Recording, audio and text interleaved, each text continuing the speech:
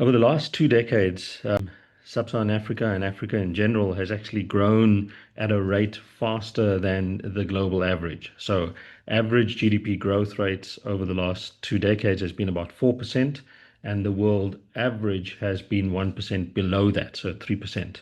So, high growth rates, yet there are conversion problems, partly driven by the nature of that growth trajectory, mainly commodity supercycle based growth rates in Africa.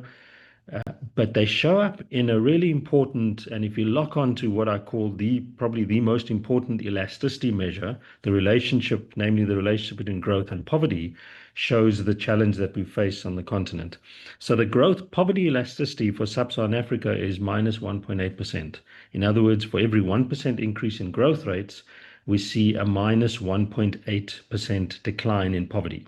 Good, except that when you compare that to the global average, which is 3.8%, not 1.8, 3.8%, and East Asia, where it's minus 16.4%, we begin to understand the extent to which growth is not in Africa converting effectively enough or optimally enough in terms of poverty reductions.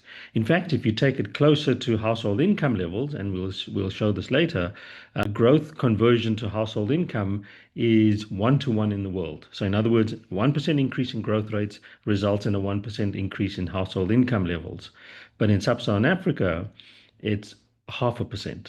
So we're not getting that conversion from growth to household income in terms of, if you like, the inclusivity of growth.